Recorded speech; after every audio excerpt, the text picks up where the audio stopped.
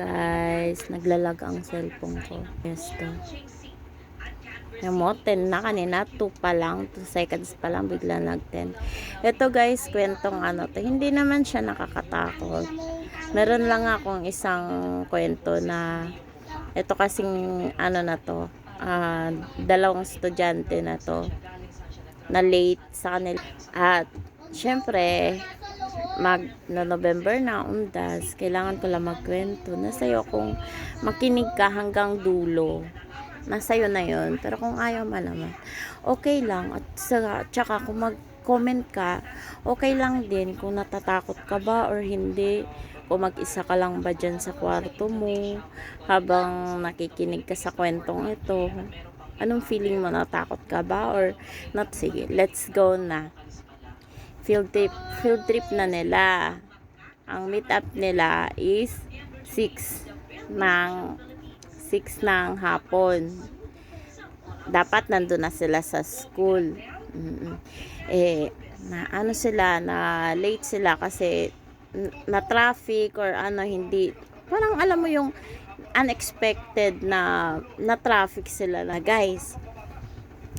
Pagdating nila ng school, date na sila ng 1 oras. Alam nga naman, naantayin pa sila. So, lumarga na yung bus. Hindi na sila kasama dun sa nag-field trip. Tapos sa school, o paano ba yan, naiwan kayo. Malayo pa yon kasi mostly sa probinsya, diba?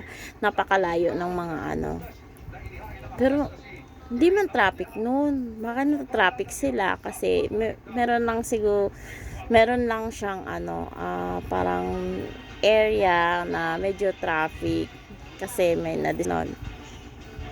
Kaya na-traffic sila na ganun. Baka kasi mag-comment ka dyan, probinsya, so boy, na-traffic yun.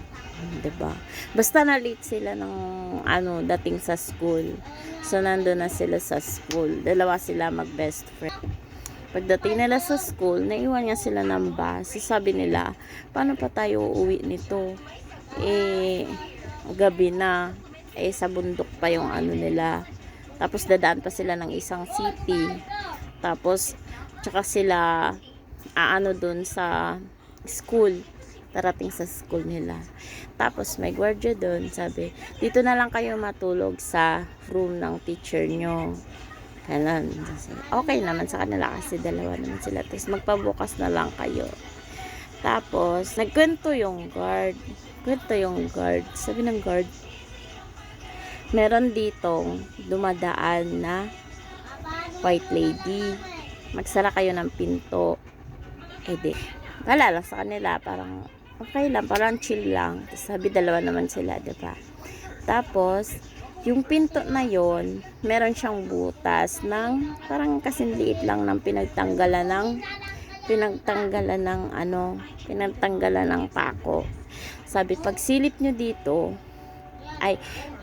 pag sinilip mo dito, pag may dumaan na babae, ganun, makikita mo siya kasi dumadaan daw talaga yung ghost or yung white lady dun sa hallway na yun, dun sa room na yun, dumadaan.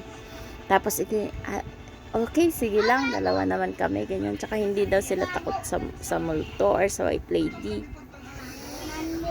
Ayun na, nag-alas 11, nag-alas 12, inabangan nila yung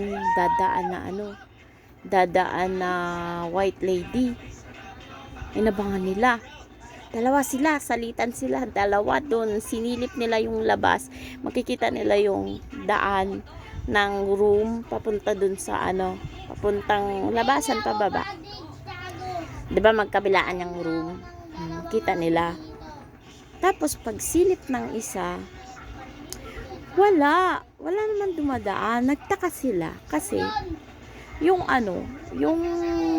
nakikita nila, hindi nila nakita yung white, wala sila nakita na white.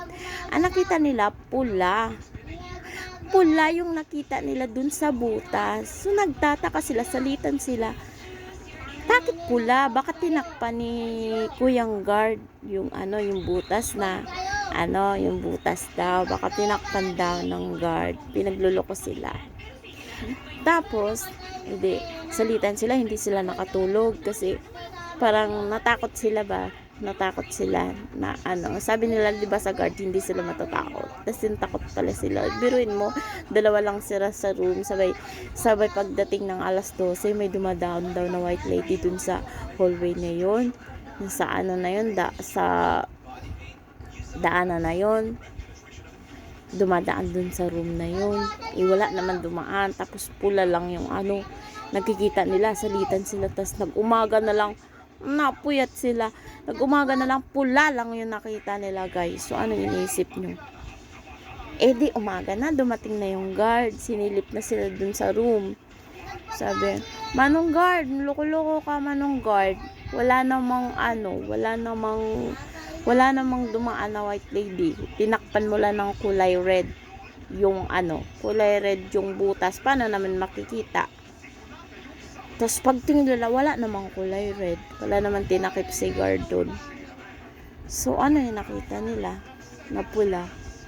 So, ito na, sabi ng guard. Hindi kayo natulog?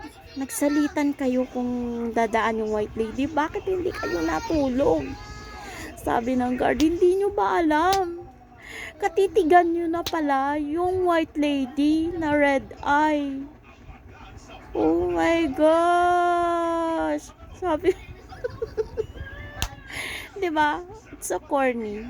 Corny ba? Mag-isa ka lang ba dyan na nakikinig? Oh. So, imagine mo, magdamag silang nakikipagtitigan sa red eye na white lady. So, ayun lang. Kwento lang naman siya. Hindi naman totoo.